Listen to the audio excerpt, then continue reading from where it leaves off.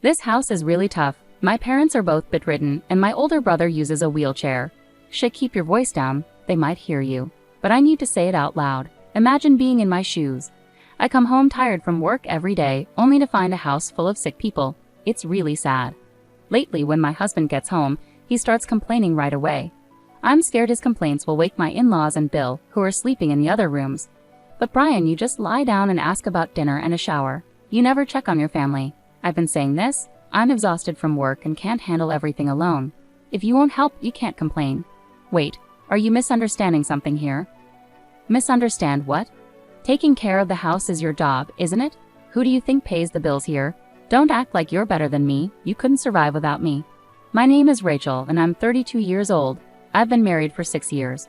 I lost my parents in a car accident when I was in elementary school and grew up in foster care until I finished high school. After that, I found a job at a factory that makes electronic parts, which is part of a big company that makes electrical equipment.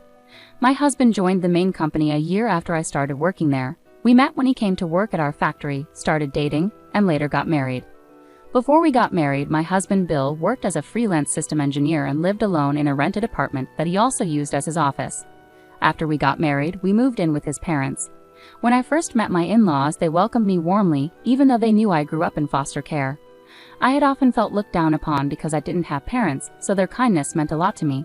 A few years ago, my mother-in-law fell ill and became mostly bedridden. I decided to quit my job and became a full-time homemaker to take care of her. On her better days, she taught me how to do household chores, which I wasn't very good at. Now I have 2 sons, and I always wanted to cook together with my daughter-in-law someday. I'm so glad you're here, Rachel. I often found myself thinking, if my mom were still alive, would we have spent time together in the kitchen like this? Sometimes when I made a mistake while cooking, my husband would criticize me, but my in-laws would eat quietly without complaining. She put a lot of effort into it, so just eat quietly instead of complaining. My father-in-law would scold my husband. Bill visited us only once a month, but he always had a smile on his face. He would bring sweets from famous shops and share them with me. He was always considerate and kind, like a real brother. Being part of their family made me truly happy. However, 3 years ago when my father-in-law retired, my mother-in-law got pneumonia and became mostly bedridden. She had been looking forward to traveling with her husband after his retirement, so it was devastating for her. I did everything I could to cheer her up. My father-in-law, now retired, took an active role in caring for her. Bill also came over to help out, and slowly but surely, her smile returned. The next year, my father-in-law also fell ill. He spent about 2 months in the hospital, and like my mother-in-law, became mostly bedridden. Surprisingly, my husband didn't visit him in the hospital, but Bill visited often and helped care for him, which was a huge relief. Taking care of his father without complaint is only natural, Bill would say to me. On the other hand, my husband hasn't been helping with my mother-in-law's care at all, not even when I'm at the hospital. I have a job, you know. It's not like John's laid-back situation where he can stay at home, my husband argues. It frustrates me, but with John's help, we managed while my father-in-law was in the hospital. Now, though, we have to take care of both of them.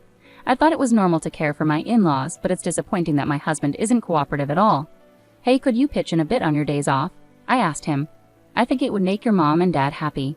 I don't have time for that, he replied. John doesn't even live here, but he always comes to help out. Why don't you do anything when you live here? That's because he doesn't live here. Be grateful I'm even staying here, my husband retorted. As time passed, my husband's language grew even harsher. I never realized he could be so hurtful, and my disappointment only deepened. John's visits to check on his parents and help with shopping and chores were a huge relief. I was starting to adjust to this routine, hoping we could make it work. But then John had a car accident and suffered a severe spinal injury. Now he's in a wheelchair.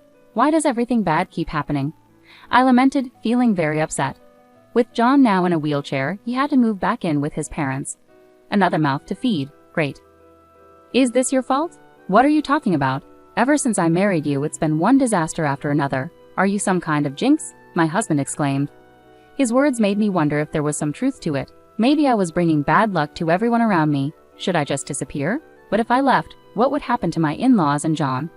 I couldn't imagine my husband taking care of all 3 of them. Since John moved back in, my husband rarely came home. He spent long hours at work, had business dinners, played golf, or went out with friends on his days off.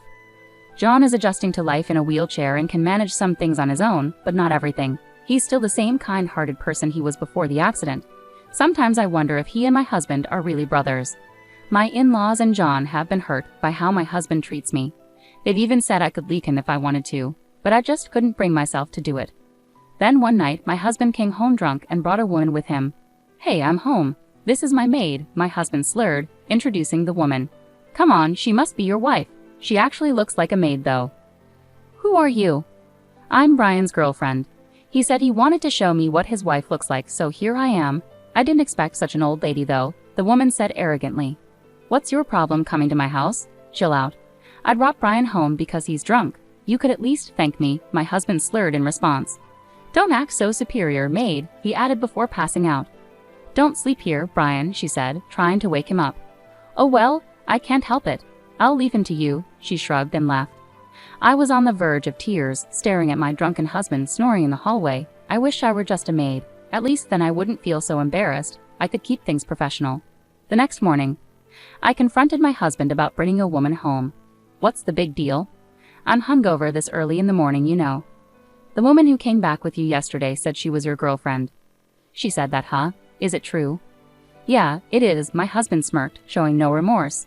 I felt my heart grow cold as he admitted his affair so casually. "So you've been cheating?" "Well, I guess you could say that, but you're not even a woman to me anymore." "What do you mean? Why do you think I married you?" "I thought you would make a good maid. My mother was often sick and I needed someone to take care of her when necessary. That's why I married you, plain and simple." "I don't understand."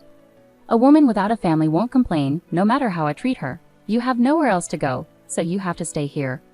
"Well, I didn't expect my father and brother would also need care. But whether it's one person or three, it's all the same."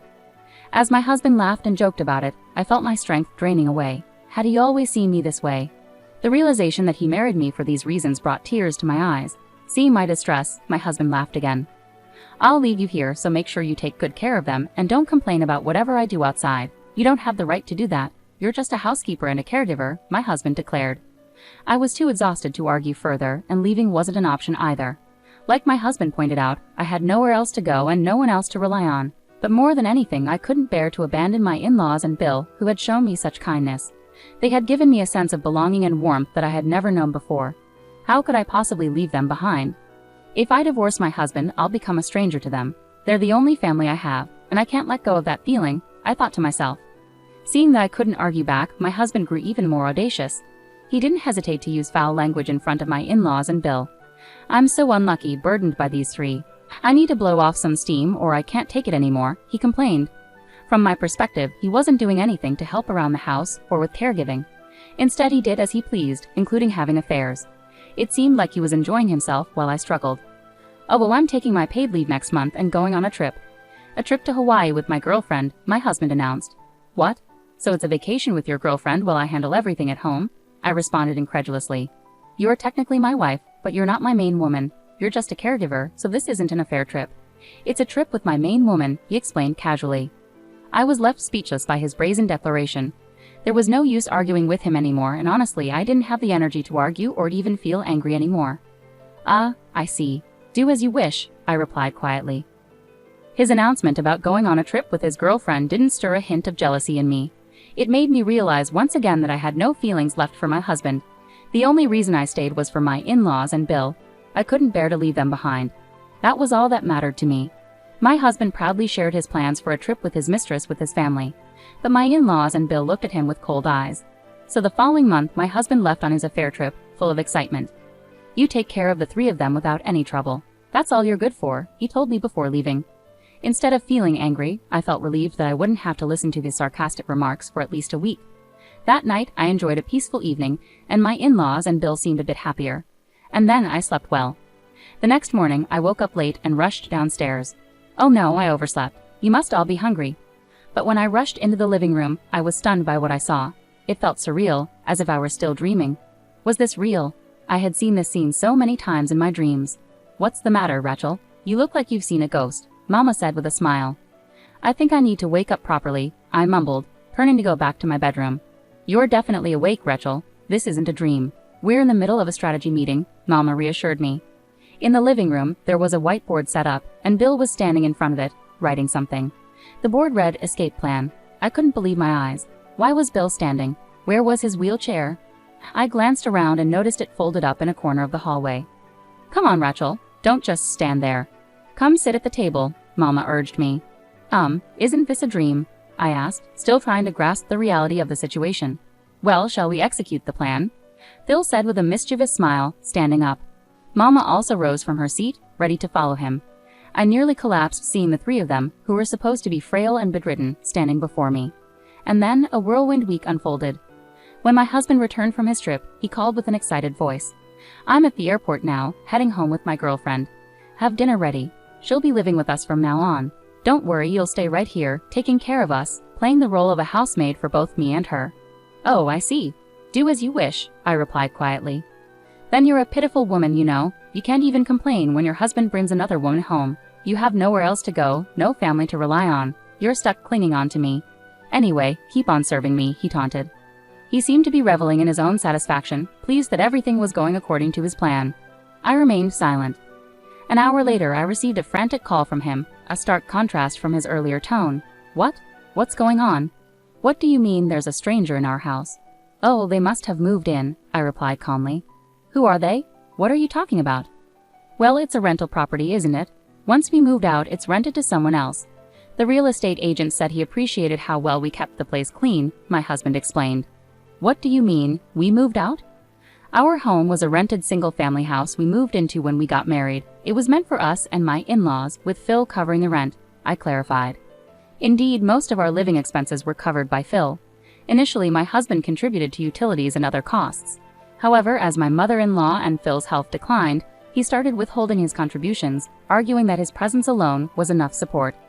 Phil had reservations about his brother's behavior but didn't feel he could say much after moving out. Then he had a traffic accident that left him partially paralyzed initially. He believed it would be a permanent condition but began recovering surprisingly quickly, though it seemed temporary. This prompted him to move back in with his parents. Despite my in-laws actually improving in health, Bill and Mama pretended to still be frail to deceive my husband. They started planning to leave the house, with Bill's help being crucial for their scheme. This led him to return home. My in-laws had secretly purchased a retirement home with their savings and retirement funds, preparing for the future. Bill handled all the paperwork while they decided on their move. Upon discovering my husband's trip with his mistress, they decided it was time to put their plan into action. I was completely taken aback when they revealed their plan to me. To make matters better, they had already arranged a place for me to stay, they said. I apologize for keeping this from you as well, Rachel. I thought you might not be able to keep this secret because you're such an honest person. There's no way to thank you enough for everything you've done for us, my in-laws said as they held my hand and smiled. I wish I could spend more time with them, I said tearfully. You have your own life, dear. You don't have to be tied down to us. My parents are in good hands with me around, Rachel. You don't have to worry about a thing. But you know you're always welcome to visit. You mean more to us than a real daughter. We sincerely pray for your happiness. I was so overwhelmed with gratitude and happiness that I couldn't stop crying. When I told my husband about this, he was speechless. He must have turned pale, as he had his eyes on my Phil's retirement funds. He used to tell me to get hold of my Phil's bank card. Now he realized that's not going to happen. Where am I supposed to live? What about my stuff? He demanded. You didn't have much stuff. The furniture and appliances belonged to my Phil. Your parents sold your belongings, including expensive bags and watches, and gave me the money as a down payment for alimony, I explained. Down payment for what? He asked, bewildered. It's alimony for all the verbal abuse you've subjected me to. And I'll also claim additional alimony for your affair, I asserted. What? I'm not paying alimony to a caregiver, he retorted. It doesn't matter what you say. Legally, I was your wife, so I have the right to claim alimony from both you and your mistress, I replied firmly. Well, that settles it, he muttered, defeated. Wait, where are you now? Let's meet and talk, he pleaded. No way, I never want to see your face again, and I'm not telling you where I am, I replied firmly. No way. I'll send the divorce papers and alimony claim to your office, I stated resolutely. After that, he made numerous attempts to contact me, but I blocked him. Despite his reluctance to proceed with the divorce, Bill hired a lawyer, and we managed to finalize it. I received a lump sum payment for alimony. As it turned out, the woman he cheated with was married to his friend, and her furious husband confronted him at his office, exposing everything. This led to my husband losing his job. The woman was also kicked out of her house after her affair with my husband was discovered before their trip together. Initially, my husband had planned for them to return home together, but their relationship fell apart. Unable to secure a new job, he now struggles with debts from his past lavish spending and alimony payments, juggling multiple part-time jobs to make ends meet. He asked my Bill for help, but of course, he refused and brushed it off with a laugh. Later on, I found a new job thanks to a referral from Phil, and I'm truly enjoying my work every day. I still regularly meet with my in-laws, who treat me like their own daughter. I always eagerly anticipate our time together. Additionally, Bill has found happiness with a wonderful woman whom he's marrying. She's incredibly kind, and they make a perfect pair. I was deeply moved when Bill invited me to their wedding. When he said, "I would be honored if you could attend as my sister," I couldn't hold back my tears. I'm hopeful that I can maintain this wonderful relationship with my in-laws and Bill for years to come.